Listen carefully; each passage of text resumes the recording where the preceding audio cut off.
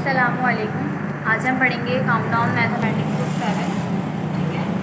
Chapter number 12 है lines और angles के बारे में, ठीक है। तो सबसे पहले आपको पता होना चाहिए कि ये परपेंडिकुलर लाइन क्या होती है, ठीक है। परपेंडिकुलर लाइन, ठीक है।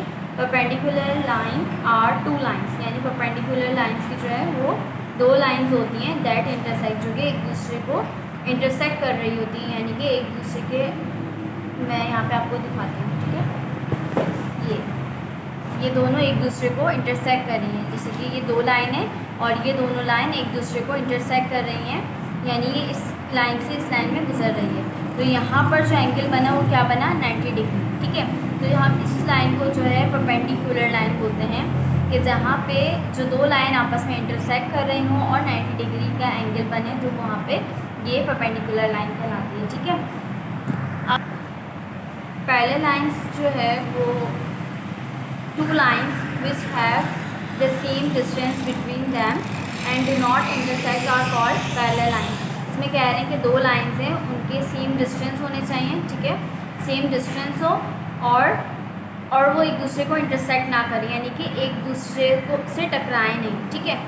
तो वो क्या होती है, पैरेलल लाइंस होती हैं। जैसे अब वो तो इंटरसेक्ट कर रही थी, ठीक है। अब ये जो है ये सेम डायरेक्शन की होंगी, सेम डिस्टेंस की होंगी, ठीक है, लेकिन ये एक दूसरे से टकराएंगी नहीं लाइंस। जैसे कि ये दो लाइंस हैं ए बी सी डी, दो लाइंस है, ये आपस में इंटरसेक्ट भी नहीं कर रही, यानी कि ये इससे टकरा भी नहीं रही है, ठीक है, और सेम है। जितनी ए है, ए से बी तक है, उतनी सी से लेके डी तक है। ये होती है पैरेलल लाइंस, ठीक है, और ये होती है परपेंडिकुलर लाइन जो इंटरसेक्ट करे।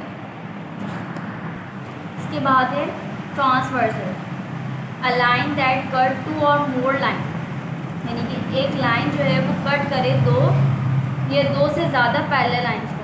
पैरेलल लाइंस आपको पता है कैसी होती हैं, ये देखें, ये दोनों हैं पैरेलल लाइंस, और उसके बाद at different point is called transversal. इसमें कह रहे हैं कि दो पैरेलल लाइंस हैं, ठीक है, दो पैरेलल लाइंस हैं।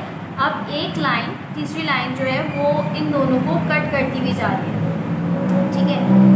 दो लाइन से पैरेलल लाइंस और एक लाइन इन दोनों को डिफरेंट पॉइंट से कट करती हुई जा रही है। डिफरेंट पॉइंट मतलब ये देखें, ये ए बी के इस पॉइंट से कट हुआ और ये सी डी के इस पॉइंट से कट हुआ, यानी कि यहाँ पे भी कोई ना कोई पॉइंट होगा। जैसे जब हम मेजरमेंट करते हैं तो यहाँ पे भी कोई ना कोई पॉइंट होगा और यहाँ पे भी, तो ये सेम पॉइंट से कट नहीं करेगी, ये भी डिफरेंट पॉइंट से और ये भी डिफरेंट पॉइंट से। तो हम इसको क्या कहेंगे, ट्रांसवर्सल, ठीक है, ट्रांसवर्सल कहेंगे इसे। जो दो पैरेलल लाइंस को कट करे तो उसको कहलाते हैं, वो कहलाता है ट्रांसवर्सल। यहाँ देखें, ये है exterior angle, angle 1, angle 2, angle 7 and angle 8 lie outside the line A B and C D. ये देखें, ये लाइन ए बी है और ये लाइन सी डी है। अच्छा, ये देखिए, ये क्या दिखा रहे हैं, ये पैरेलल लाइंस हैं और एक लाइन जो है इनको कट करती हुई गुजर रही है, तो ये ट्रांसवर्सल हो गया।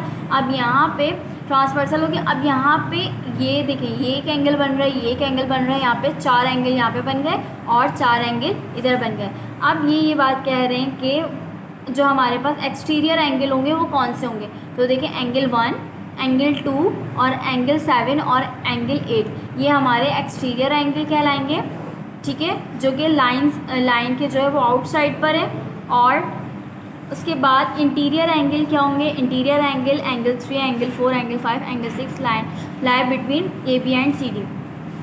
ये देखें, ये जो यहाँ पर होंगे अंदर की तरफ वो होंगे हमारे इंटीरियर एंगल 2, यहाँ पे 4, 3 और यहाँ पे 6 और 5, ये हमारे इंटीरियर और यहाँ पे ये हमारे एक्सटीरियर। उसके बाद कॉरस्पॉन्डिंग एंगल।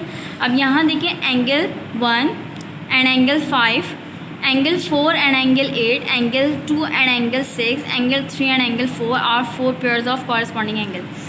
इसमें ये कह रहे हैं कॉरस्पॉन्डिंग एंगल, ये देखें, एंगल 1 और एंगल 5 की बात करें, एंगल 1 और एंगल 5, ठीक है, ये दोनों जो है एक जैसे एंगल होंगे, ठीक है। एंगल 2, एंगल 6, इन दोनों की जब आप मेजरमेंट करेंगे ना तो ये दोनों एंगल हमेशा सेम आएंगे।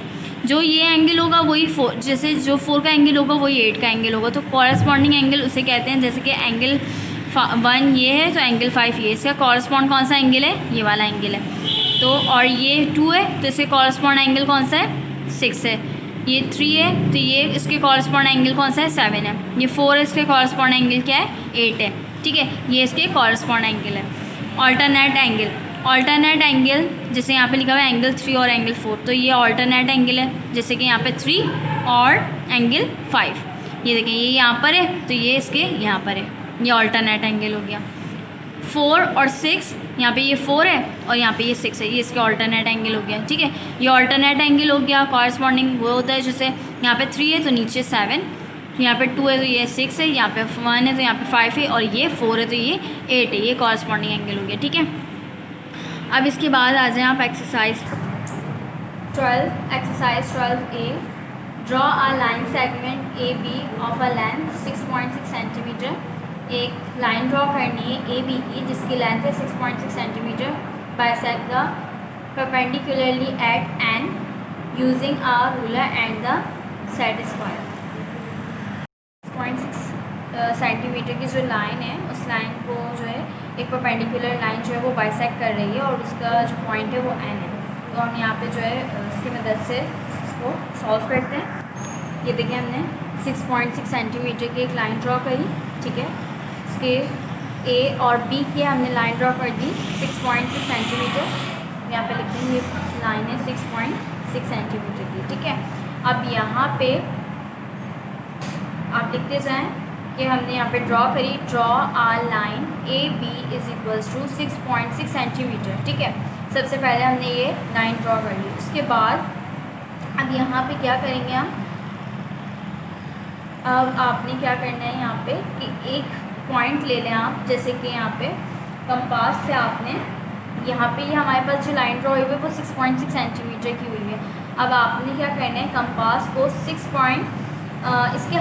इसका हाफ होगा 3.3, यानी 6.6 का हाफ क्या होगा 3.3। जब हम 3.3 को ऐड करेंगे तो 6.6 हो जाएगा। तो हमें हाफ से ज़्यादा ले लेना है। आपने अपनी मर्ज़ी से कंपास खोलना है, जैसे हाफ से ज़्यादा हो। ऐसा ना हो कि आपने 2 मीटर के हिसाब से आपने कंपास खोल लिया अपना, ऐसा नहीं करना, आपने हाफ से ज़्यादा लेना है। ठीक है, हाफ भी नहीं लेना है, हाफ से ज़्यादा लेना है।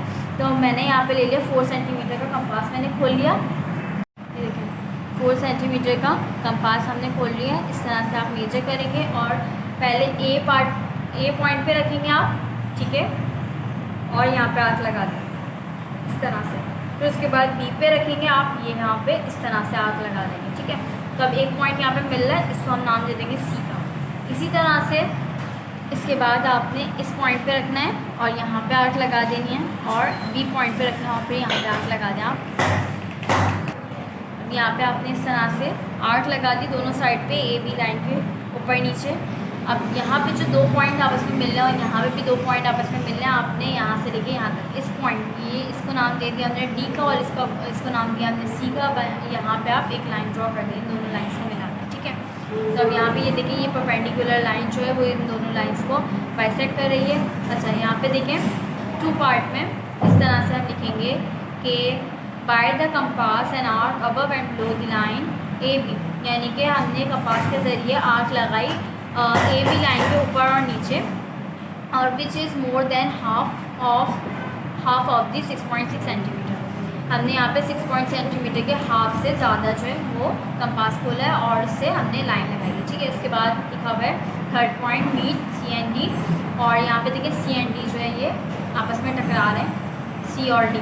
देखिए सी और D and C D line which pass through A B, और सी डी की जो लाइन है हमारे पास वो ए बी की लाइन से गुजर रही है, यानी कि ए बी की जो लाइन है हमारी ये है ए बी की लाइन, और सी डी लाइन जो है वो ए बी लाइन से गुजर रही है। और जिस पॉइंट पे वो टकरा रही है, यानी कि ये सी डी की लाइन और ये ए बी की लाइन, जिस पॉइंट पे वो टकरा रही है हमने उसको नाम दे दिया एन का। उसके बाद लिखा हुआ है C D is perpendicular to A B. A B एक स्ट्रेट लाइन है और जो दूसरी लाइन है यानी कि C D is perpendicular to A B, इसमें कहेंगे हम कि सी डी जो है वो परपेंडिकुलर है ए बी के। ठीक है, यानी ए बी जो है वो स्ट्रेट लाइन है और जब हमने यहाँ पे सी डी लाइन को गुजारा तो ये क्या हो गया, सी डी जो है वो परपेंडिकुलर लाइन है। ठीक है, तो आपने ये काम इस तरह से अपनी कॉपी में करना। Question number 3, in the given figure A B parallel to C D, यानी ए बी की जो लाइन है वो सी डी के पैरेलल है, ठीक है। ए बी पैरेलल है सी डी के, and P Q is transversal cutting them at 2 points. और जो पी क्यू जो है वो इज अ ट्रांसवर्सल, तो पी क्यू जो है वो एक ट्रांसवर्सल है जो कि कट कर रहा है इन दोनों लाइंस को और डिफरेंट पॉइंट्स है, ठीक है। ये पी क्यू जो है वो दोनों लाइंस को कट कर रहा है।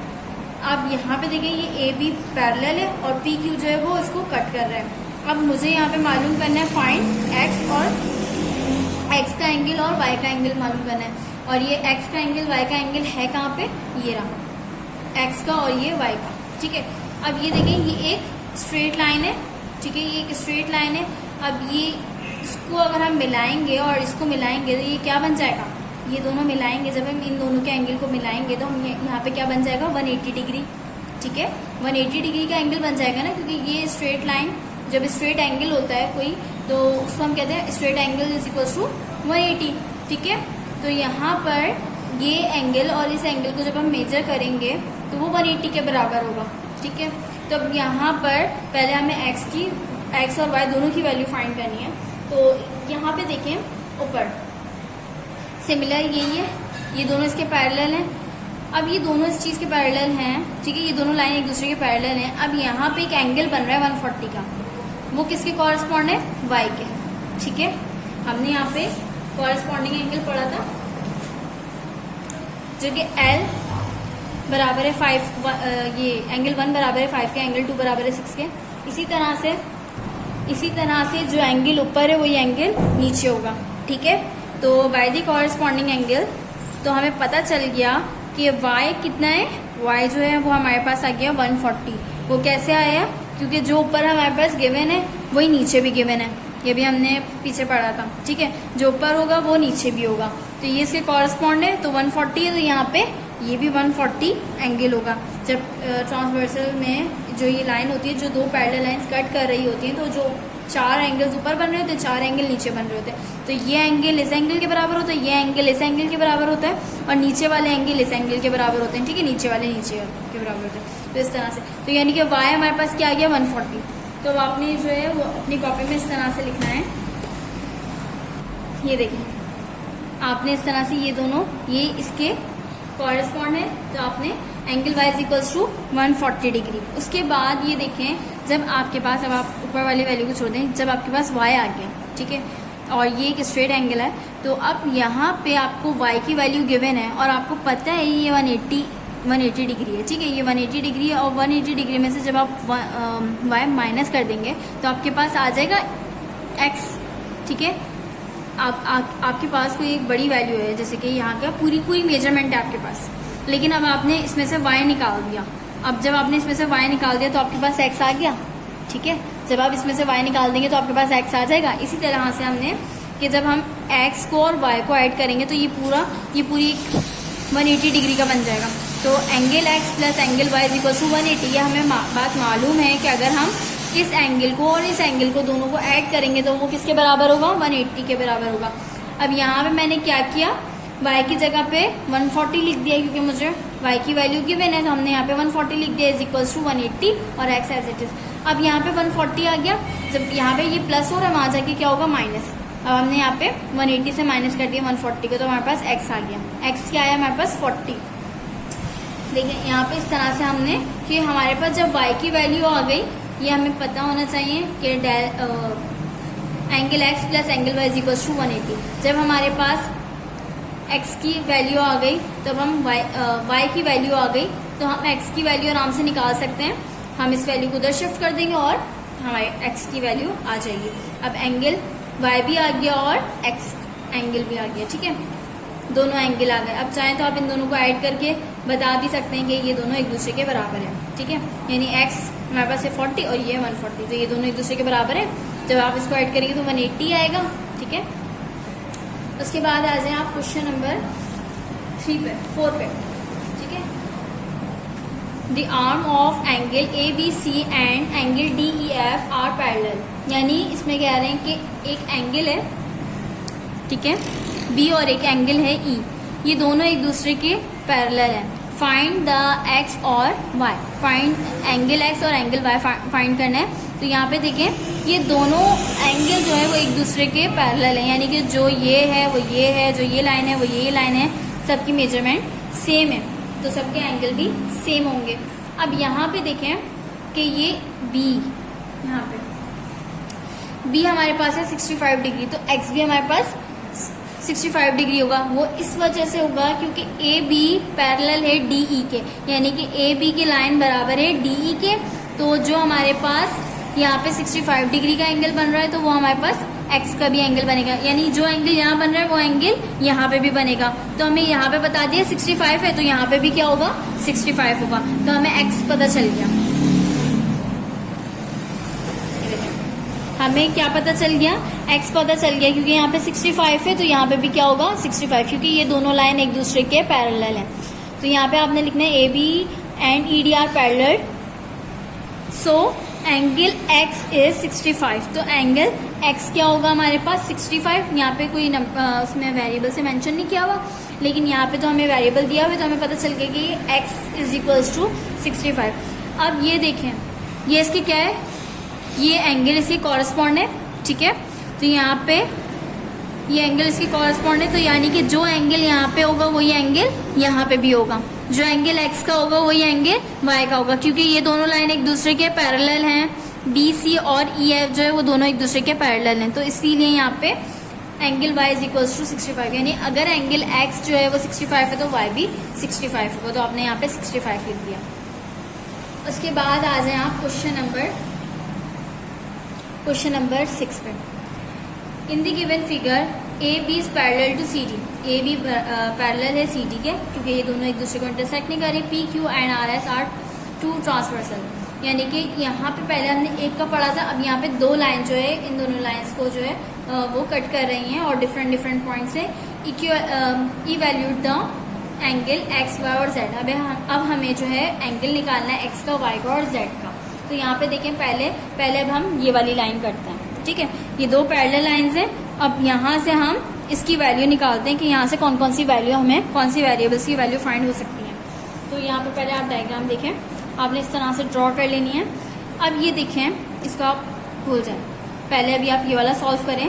तो यहाँ पे एक एंगल ये दिया हुआ है, एक एंगल ये दिया हुआ है और एक एंगल यहाँ पे दिया हुआ है। इसका इन्होंने नाम दे दिया लेकिन यहाँ पे एंगल नहीं बताया। इसमें इन्होंने वेरिएबल नाम नहीं दिया हुआ लेकिन एंगल बता दिया कि ये है कितना, ठीक है। और यहाँ पे एक्स है। अब हमें एक्स और वाई की वैल्यू, यानी इस लाइन में हमें कौन सी वैल्यू फाइंड करनी है, एक्स और वाई की वैल्यू फाइंड करनी है। तो ये देखिए, ये एक स्ट्रेट लाइन है। जब आप इसको इस तरह से ऐसे देखेंगे तो ये एक स्ट्रेट लाइन नज़र आ रही है आपको, ठीक है, 180 डिग्री वाली एक स्ट्रेट लाइन है। और यहाँ पर एक एंगल, ये देखें, ये एंगल इस एंगल की क्या है, कॉरस्पॉन्ड है। तो जो एंगल यहाँ होगा वही एंगल यहाँ होगा, ठीक है। तो ये एंगल क्या है, वाई है, तो ये एंगल भी क्या होगा, वाई। तो अब पता चल गया हमें कि वाई क्या है, 60 डिग्री। तो आपने यहाँ पे लिख दिया वाई जो है वो हमारे पास है 60 डिग्री।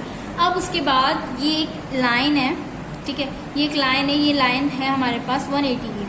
अब एक्स और वाई को जब हम ऐड करेंगे तो ये क्या हो जाएगा, 180 के बराबर। तो अब आपने यहाँ पे as we know that this straight line is of 180 degree, तो यानी कि एक्स प्लस वाई जब हम करेंगे तो हमारे पास क्या आ जाएगा, 180, ठीक है। अब आपके पास 60 की वैल्यू आपके पास गिवन है, इस एंगल की वैल्यू आपके पास गिवन है।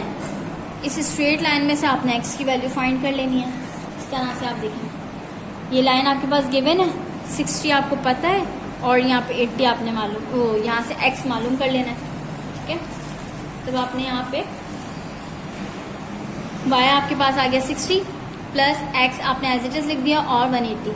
अब यहाँ पे आपने क्या किया है कि यहाँ पे 60 को इधर शिफ्ट कर देंगे तो 180 में से 60 माइनस करेंगे तो आपके पास एक्स की वैल्यू आ गई, वाई की भी वैल्यू आ गई और एक्स की भी वैल्यू आ गई। उसके बाद अब आप सेकेंड लाइन पर आ जाए। सेकेंड लाइन ये वाली है, इसमें एक स्ट्रेट लाइन है, ठीक है। अब यहाँ पर क्या दिया हुआ है कि 75 ये वाला एंगल दिया हुआ है और ये वाला एंगल हमें फाइंड करना है। अब हमें ये वाला एंगल तो दिया हुआ है, अब हमें ये वाला एंगल फाइंड करना है। तो अब आप क्या करेंगे कि वही इसको नाम दे दें, आप कुछ भी नाम दे सकते हैं, आप वाई दे दें या टी दे दें, कुछ भी नाम दे दें। तो जब आप इन दोनों को प्लस करेंगे, Y plus Z is equals to 180, इसी तरह से अब आपके पास y क्या है 75 है, या आप इसको नाम दे दें t का कुछ भी नाम देते हैं, ठीक है। और z है आपके पास, z आपको पता नहीं है, आपने 180 लिखा, ये देखो मैं आपको यहाँ पे करके दिखाऊँ, z प्लस 75, ठीक है।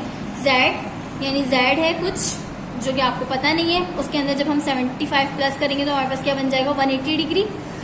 और अब आपने z की वैल्यू निकालनी है तो आपने z एज इट इज लिख दिया और माइनस 75 को जो है वो आपने माइनस में कर दिया। अब 180 में से आप 75 माइनस करेंगे तो आपके पास आ जाएगा यहाँ पर 105 डिग्री, ठीक है। अब आपके पास z की भी वैल्यू आ गई, x की भी वैल्यू आ गई और y की भी वैल्यू आ गई, ठीक है। तीनों वैल्यू आ गई आपके पास। In the given figure RL parallel to PQ, यानी कि RL जो है वो पैरेलल है PQ के, यानी कि ये दोनों लाइन एक दूसरे के पैरेलल है, ये दोनों लाइन। इसमें कह रहे हैं कि फाइंड PQR, PRS यानी कि R वाला मालूम करना, जो सेंटर में होता है वो हमारा होता है एंगल, ये वाला, ठीक है। यानी कि हमें R ये मालूम करना है PRS, ठीक है। अब इसके बाद यहाँ पर लिखा हुआ है, यहाँ से यहाँ तक का अब हमें एंगल फाइंड करना है और यहाँ पे हमें बताया है कि PQR यानी कि PQR ये हमारे पास है 46 डिग्री और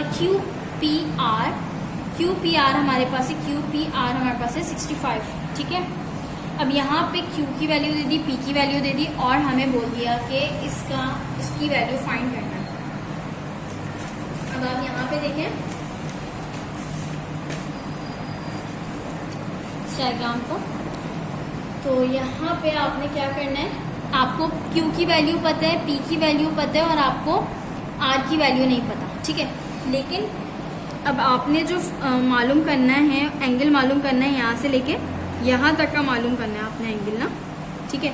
अब इसको देखें, खाली ये एक स्ट्रेट लाइन है, अगर आपको यहाँ से यहाँ तक का एंगल पता होगा, ठीक है, जब आपको यहाँ से यहाँ तक का एंगल पता होगा तो आपको ये फाइंड हो जाएगा, बिल्कुल हो जाएगा। लेकिन आपको यहाँ पे R का एंगल ही नहीं पता, तो आपने यहाँ पे पहले R का एंगल फाइंड करना है। जब आपके पास R का एंगल फाइंड हो जाएगा तो फिर आप जो है वो स्ट्रेट एंगल के से जो है आप निकाल सकते हैं। एज वी नो दैट जो ट्राइंगल का फॉर्मूला होता है वो P + Q + R, यानी कि इसके तीनों जो हम साइड्स ले लेते हैं P + Q + R, इन तीनों को ऐड करेंगे तो वो हमारे पास होगा 180 के बराबर। तो Q का एंगल ले लिया हमने 65, ठीक है, Q का ले लिया हमने एंगल 46, P का एंगल ले लिया हमने 65, R का हमें मालूम नहीं है, R एज इट इज = 180। इन दोनों को ऐड करेंगे तो आपके पास आ जाएगा 111 प्लस R = 180। उसके बाद 111 को जब आप माइनस में लेके जाएंगे तो 180 में से 111 माइनस करेंगे तो आपके पास आंसर आ जाएगा 69। तो आपके पास कौन सी वैल्यू आ गई, R वाली वैल्यू आ गई। अब आपके पास Q भी गिवन है, P भी गिवन है और R भी गिवन है। अब आपने यहाँ पे फाइंड करना क्या है, आपने P, R और S ये वाला एंगल फाइंड करना है। अब आपके पास ये वाली वैल्यू तो मालूम है, ठीक है। अब आपने क्या करना है, यहाँ पे अगर हम इस एंगल और इस एंगल को ऐड करेंगे तो हमारे पास ये किसके बराबर होगा, यानी ये पूरा किसके बराबर है 180 के बराबर, यहाँ से लेके यहाँ तक किसके बराबर होगा 180 के बराबर, यानी कि इसका आधा और इसका आधा जब हम इन दोनों को ऐड करेंगे तो ये किसके बराबर होगा, यानी ये लाइन और ये लाइन इन सबको ऐड करेंगे तो ये किसके बराबर होगा 180 के बराबर। यानी कि R और एंगल PRS को जब हम ऐड करेंगे, R प्लस एंगल PRS को जब हम ऐड करेंगे तो वो 180 के बराबर होगा। उसके बाद R हमारे पास गिवन है क्या 69, ये हमें अभी फाइंड किया तो 69 हमारे पास R आ गया, प्लस एंगल PRS = 180। अब मुझे मालूम ये नहीं है तो ये फाइंड कर लेंगे, इसको जरा शिफ्ट कर दें आप, ये प्लस में था यहाँ पे = के साइड पे जाके माइनस में हो जाएगा। 180 में से 69 माइनस करेंगे तो आपके पास 111 आ जाएगा। तो यहाँ पे आपके पास PRS की वैल्यू आ गई है, ठीक है। अब यहाँ पे आपने जो है क्वेश्चन नंबर 8 स्किप कर देना है, ठीक है। क्वेश्चन नंबर 5 स्किप कर दें और क्वेश्चन नंबर 2 स्किप कर दें, बाकी इसके सारे पार्ट होंगे 1, 3, 4, 6 और 7।